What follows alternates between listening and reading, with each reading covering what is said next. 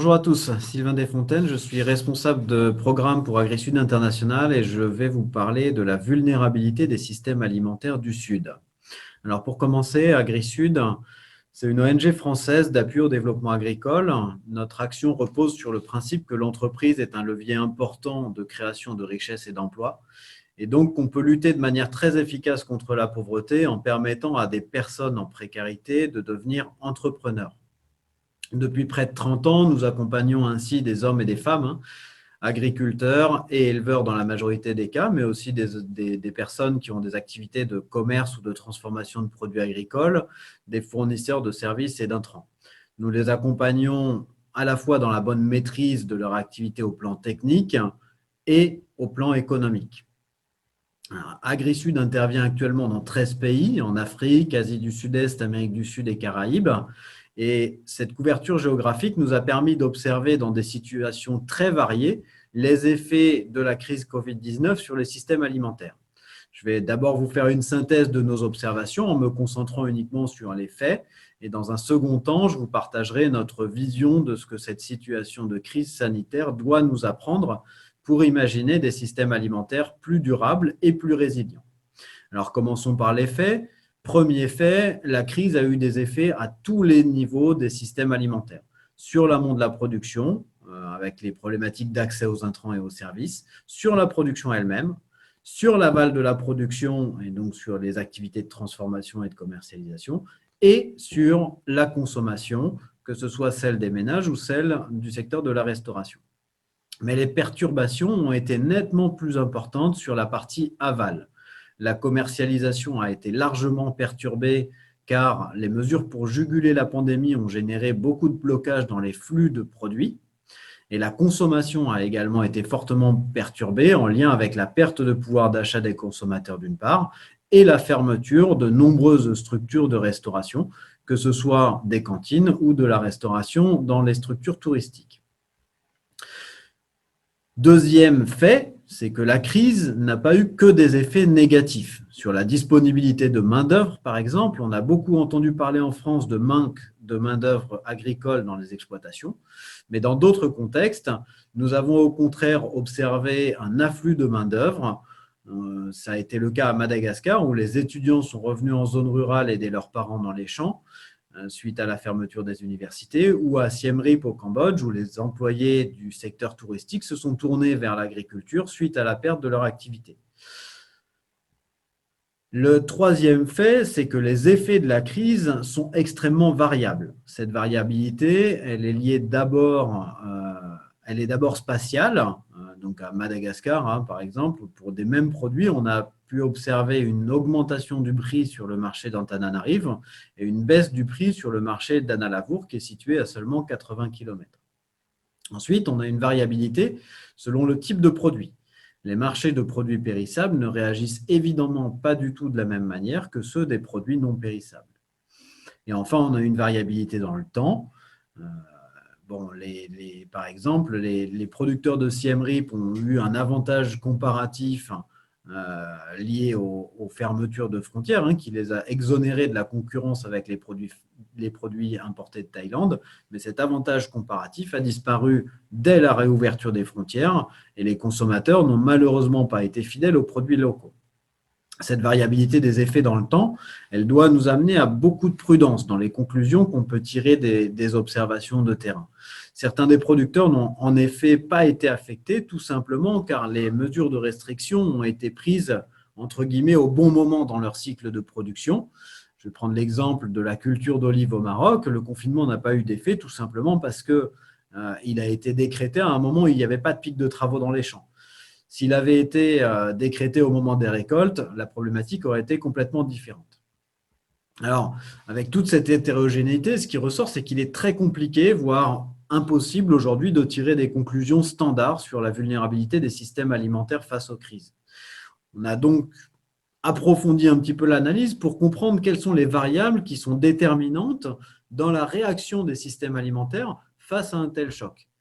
Alors, un facteur déterminant a bien évidemment été la réaction des États pour limiter la propagation du virus, donc les décisions de fermeture de frontières, les degrés de confinement, les mesures de soutien aux populations.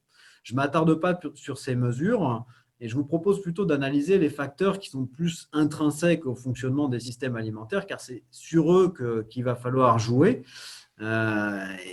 pour imaginer finalement des systèmes alimentaires plus durables et plus résilients. Donc, on a 4 facteurs, 4 variables déterminantes dans le fonctionnement des systèmes alimentaires. Le premier, au niveau de la production, c'est le degré de dépendance des producteurs aux facteurs de production externes. Les producteurs les plus dépendants à des intrants, à des services ou à de la main-d'œuvre extérieure ont été les plus affectés.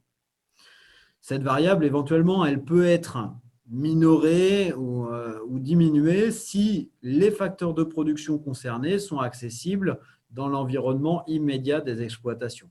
Par exemple, si un producteur doit souscrire un crédit de campagne pour mettre en place un cycle de production, sa dépendance à ce crédit de campagne est moins problématique si celui-ci lui est délivré par un système de tontine mis en place dans le village que si le crédit lui est délivré par une banque située en ville à 50 km de là.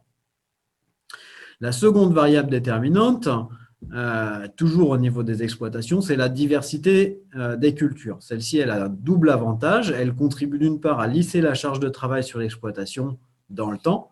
Donc, elle réduit les phénomènes de pic de travaux et le besoin de main-d'œuvre extérieure, ce qui permet de sécuriser la production.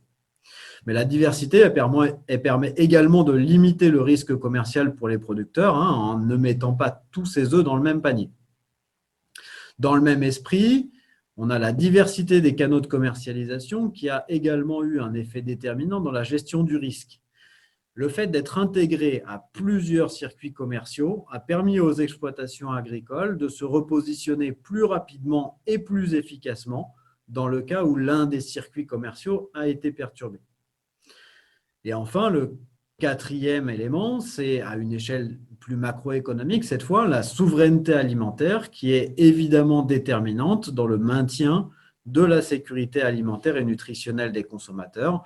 Et que ce soit à l'échelle d'un pays ou à l'échelle d'une région, le degré d'autonomie dans la couverture des besoins alimentaires de la population ou à l'inverse, le degré de dépendance à des importations alimentaires, ce sont des éléments déterminants de la disponibilité alimentaire.